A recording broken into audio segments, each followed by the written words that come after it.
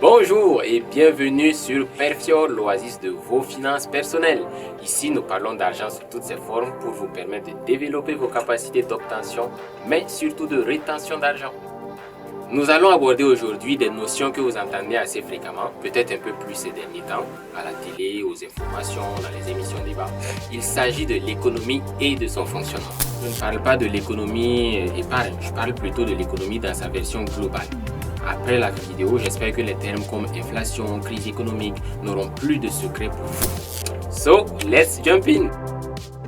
Bien que nous l'entendions très souvent, trop souvent d'ailleurs, le terme économie demeure malgré tout, excessivement vague et confus dans l'esprit de la grande majorité des personnes.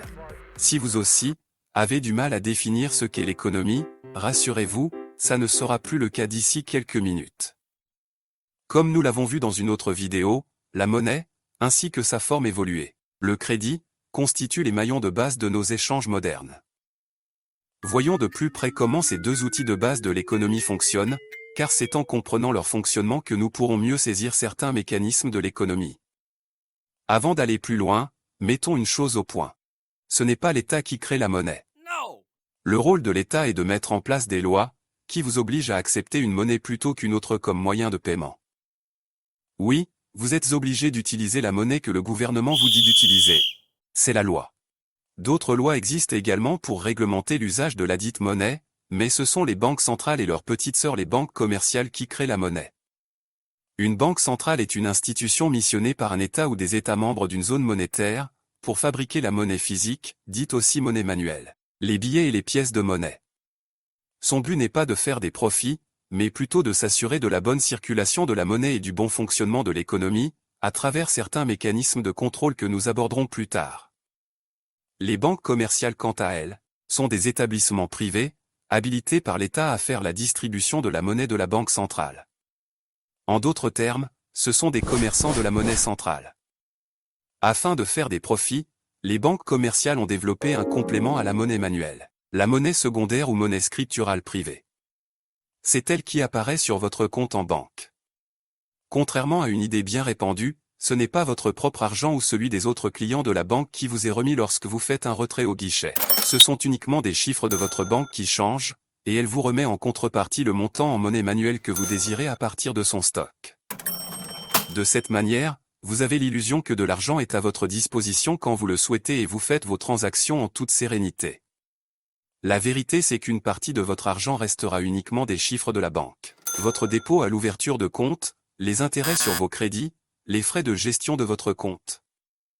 Maintenant que vous avez une partie de votre argent en monnaie centrale dans vos poches, et l'autre en monnaie scripturale dans votre compte, qu'en est-il si vous souhaitez acquérir des biens au-delà de votre capacité totale du moment? Évidemment, vous pouvez augmenter votre capacité à générer de l'argent en travaillant plus, mais ce n'est pas toujours facile.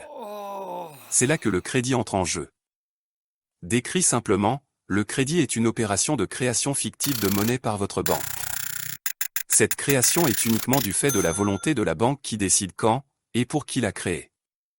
Et comme nous ne retirons que rarement la totalité de notre capital en banque, et encore moins en une unique opération, une fois de plus cela restera longtemps des chiffres dans un ordinateur. Les banques commerciales contrôlent de cette manière où va la monnaie dans le monde, car plus de 90% de la monnaie totale circulant partout dans le monde se trouve sur des comptes bancaires.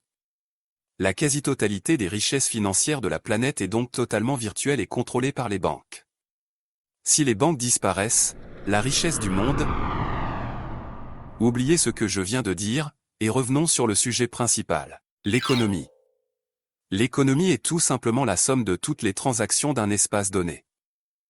Chaque fois que vous achetez quelque chose, c'est une transaction. C'est un échange d'argent ou de crédit contre des biens ou des services. Les entreprises, les gouvernements et même les banques réalisent constamment des transactions. Dans une transaction, les dépenses de l'un constituent le revenu de l'autre. Ce sont les variations dans le volume des transactions qui changent la répartition des richesses et créent par conséquent des cycles économiques. Il est difficile de percevoir l'économie comme des cycles, car nous les subissons à notre échelle de jour en jour. Malgré tout, l'économie possède bel et bien deux cycles principaux, qui ne résultent cependant d'aucune loi. Ils sont principalement dus à la nature humaine elle-même, et à notre système économique actuel. Comme nous l'avons vu, le seul moyen d'augmenter votre capacité à dépenser consiste à produire plus de revenus. Mais comme la banque existe, alors vous pouvez prendre un crédit aussi appelé dette, à la banque. Celle-ci acceptera volontiers si vous remplissez certaines de ces conditions. Mais le crédit est une manière d'étirer ses dépenses vers l'avenir, en engageant ses revenus futurs. Même si à court terme, le crédit permet d'acquérir quelque chose que nous ne pouvons pas nous permettre, cela crée aussi un avenir où nous devons dépenser moins pour le rembourser. Il est également probable que nous renouvelions l'expérience du crédit pour diverses raisons. De plus, nos dépenses constituant le revenu d'un autre, nous nous retrouvons vite dans une période de croissance généralisée aussi connue sous le terme expansion. Cependant, le prix représente le rapport entre la dépense et la quantité disponible de produits. Dans une économie en croissance, la demande augmente puisque les gens ont plus d'argent à dépenser, alors que l'offre ne varie pas beaucoup. Conséquence, les prix montent. C'est l'inflation. Afin de réguler ce phénomène de montée des prix, la Banque centrale qui veille au bon fonctionnement de l'économie, augmente les taux d'intérêt des banques commerciales, qui en font de même pour leurs clients. Résultat, moins de personnes peuvent se permettre d'emprunter. Dans le même temps, les remboursements des crédits continuent. Les gens se retrouvent avec moins d'argent disponible pour leurs dépenses, donc les prix commencent à baisser. Nous sommes en déflation.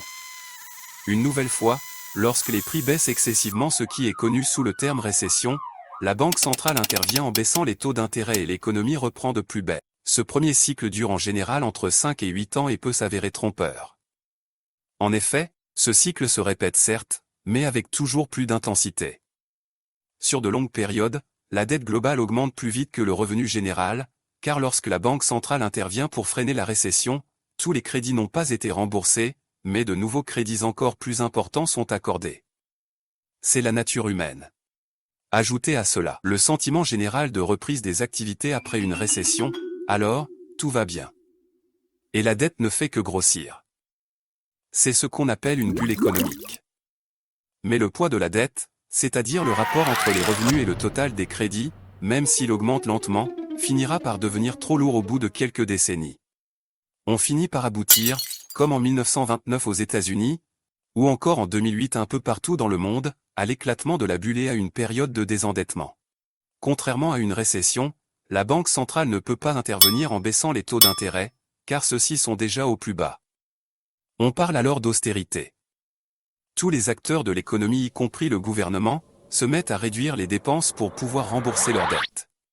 Le chômage augmente car les entreprises réduisent leur personnel ou font faillite, les nouveaux chômeurs ne peuvent plus rembourser leurs dettes, les banques n'ont plus assez de liquidités, les tensions sociales augmentent, c'est la crise économique. 3 moyens permettent de désamorcer la situation. D'abord, les banques restructurent la dette. Plutôt que de ne pas être remboursées du tout, elles préfèrent baisser les remboursements des crédits existants et allonger la période de paiement, tout en limitant certaines transactions de leurs clients. Ensuite, le gouvernement met en place des plans d'aide sociale pour soulager les populations, il réduit les impôts des plus démunis par la crise, accompagne la création d'entreprises, etc.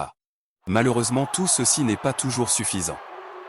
Dans la majorité des cas, la Banque centrale doit intervenir. Mais comment ? Les taux d'intérêt sont déjà bas. Rappelez-vous que la grande partie des richesses mondiales est fictive et créée par les banques commerciales, qui ont pourtant elles-mêmes des difficultés à s'en sortir dans cette situation. Si une forme de richesse, le crédit, est en difficulté, alors il faut se tourner vers l'autre forme, la monnaie physique. Et qui est autorisé à la fabriquer ?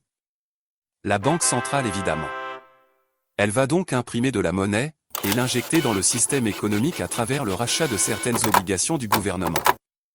Le gouvernement a alors plus d'argent pour soutenir les populations, qui remonteront peu à peu la pente. Nous sommes en reflation.